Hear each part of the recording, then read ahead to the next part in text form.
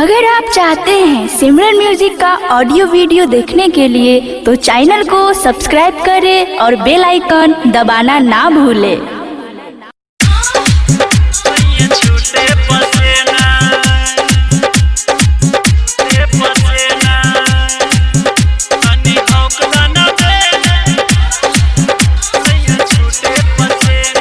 गर्मी से होता बड़ा परेशानी,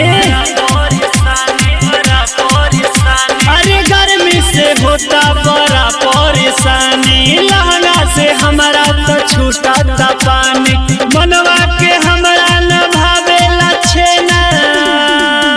तनी हौक दन बेना सैया छूटे पसेना, तनी हौक दन बेना सैया छूटे पसेना। अरे गर्मी से होता बड़ा परेशानी, लहंगा से हमारा तो छूटा था पानी, मनवा के हमारा न भावेला छेना। तनी हौक दन बेना सैया छूटे पसेना, तनी हौक दन बेना सैया छूटे पसेना। चंदन सलहा, चंदन सलहा, चंदन सलहा।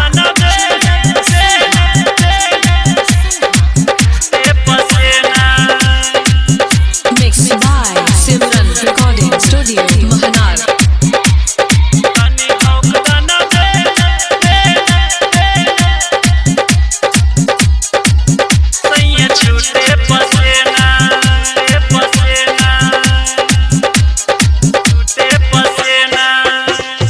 भीतरी से सीझाता पूरा पसी जाता, चोली भी जाता ये हो बोला।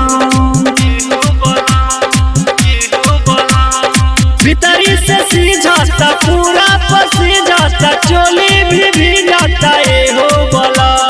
सुखाता सोना तो हर फूल गेना, तनी हौक दन बेना सैया छूटे पसेना, तनी हौक दन बेना सैया छूटे पसेना।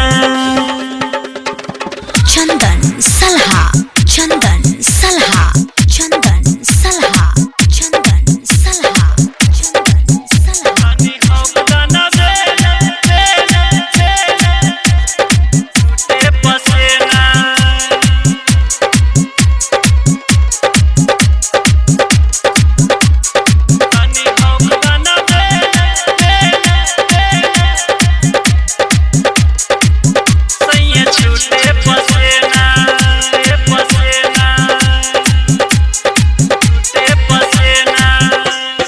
सहले सहाय न हमसे रहाय न, तोहरा न तनिको बुझाला बला।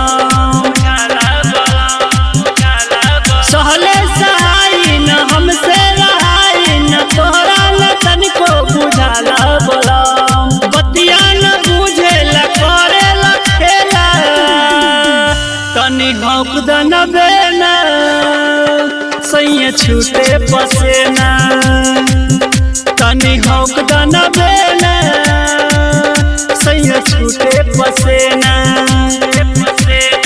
मनवा के हमारा न भावेला छेना, तनी हौक दन बेना सैया छूटे पसेना, तनी हौक दन बेना सैया छूटे पसेना।